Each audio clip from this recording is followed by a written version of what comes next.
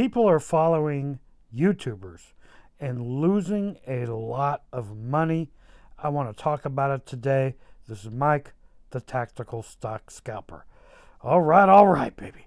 Yeah, kind of weird for a YouTuber to make a video like this, but I kind of want to address this topic because I saw a guy on a social media platform that is losing or has lost a substantial amount of money.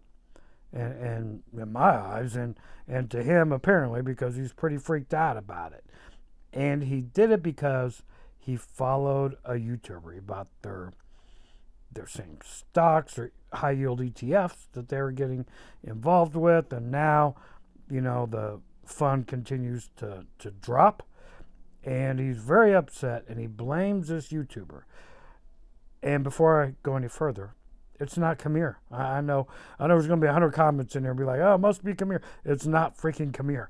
But anyway, I digress. So they follow this YouTuber. Why would you follow any YouTuber and follow their plan exactly? Why would you do that?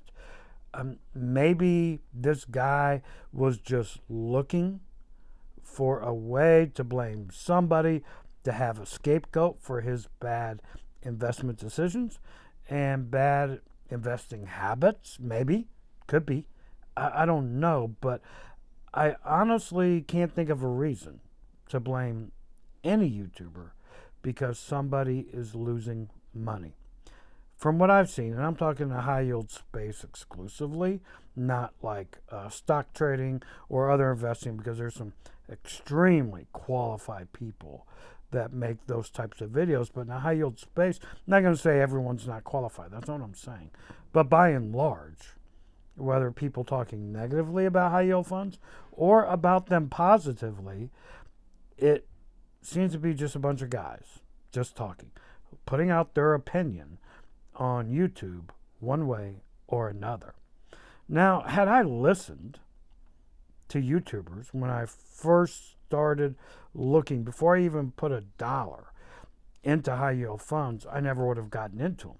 Thank God I didn't listen to those YouTubers, because I wouldn't have had the year I've had this year with my high yield funds. It just wouldn't have happened. Now, there's some other YouTubers in the high yield space. Had I followed their plan exactly, I would have freaked out. It wouldn't have worked for me. So I think it's important that when you see a YouTube video or someone talking about maybe, a fund you might be interested in, or even one you're not, but their excitement and their exuberance for their plan means that they are excited about it. Should you follow them? Absolutely not.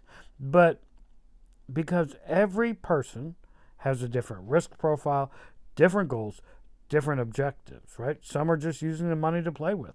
Some are living off the money. Some are, whatever.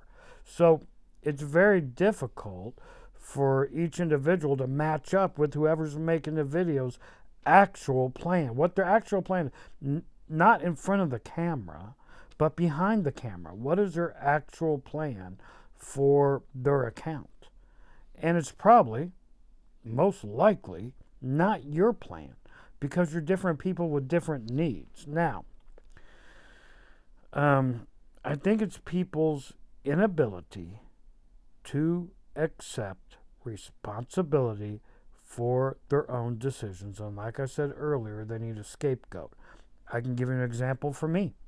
Years ago, I was involved in a trading service. What is that? Well, much like something I have now with my membership group.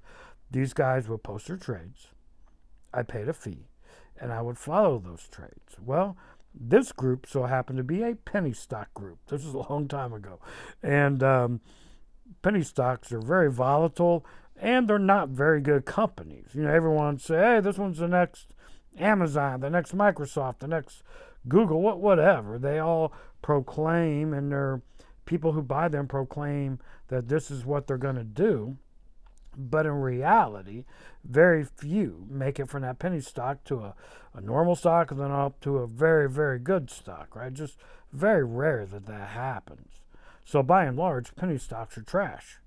Well, I threw risk out the window, my own risk tolerance out the window, and I started following these guys. And at first, I was very successful, but after, a few trades and the market started going down, these penny stocks suffered immensely. And I would continue to add in just like they did. And then when I couldn't take it enough, the pain was too much, I sold for a loss. And great thing I did, because some of them went to funk, some of them went through different reverse splits and all of this. But when I did all that, my initial reaction was to blame the company and blame the traders that I was following. None of them pressed the buy button for me. None of them said how much I should allot to each trade. I made those decisions on my own. Even if they did give a recommendation of an allotment or whatever, it was still up to me. So initially, I blamed them. It's their fault. They're the ones who told me to do it. No, Mike. That's not what happened, old man. You followed someone else's trades, and when it didn't work out, I was over leveraged. I put too much money in. I'm the one who pressed the buy button and the sell button, not them. And so I see people blaming YouTubers because they themselves press the buy button and follow different YouTubers' plans. I think that responsibility falls on the person who presses a buy button, not on the YouTuber. Now, people will say it's a YouTuber's job to give information, to teach. Bro, it ain't my job. It ain't nobody's job on YouTube to do that, unless they say there's some kind of financial expert or whatever, and they're happy to put that out there. Why is it their job to teach you? Can't they just give an opinion or show their journey or show what stocks they like, whether they're low dividends of 5% on up to dividends of 100%? Why does it matter what they do? It shouldn't. It's your own decision and your own money. Now, I will say this. Let's shift away from high yield investors for a minute for anyone who watched my ramblings here.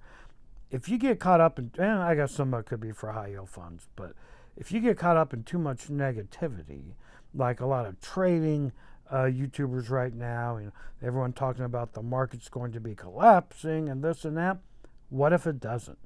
And you sell everything like some people are wanting to do or advising people to do this, that, and the other, and it doesn't go down for another year. We don't know what's going to happen. We can have projections with the market, but nobody knows. Nobody freaking knows. Now, I don't care who on YouTube they are. Nobody knows what's going to happen. So the best thing you can do is do your own due diligence. Take responsibility for the decisions that you make. YouTubers shouldn't be teaching you how to invest.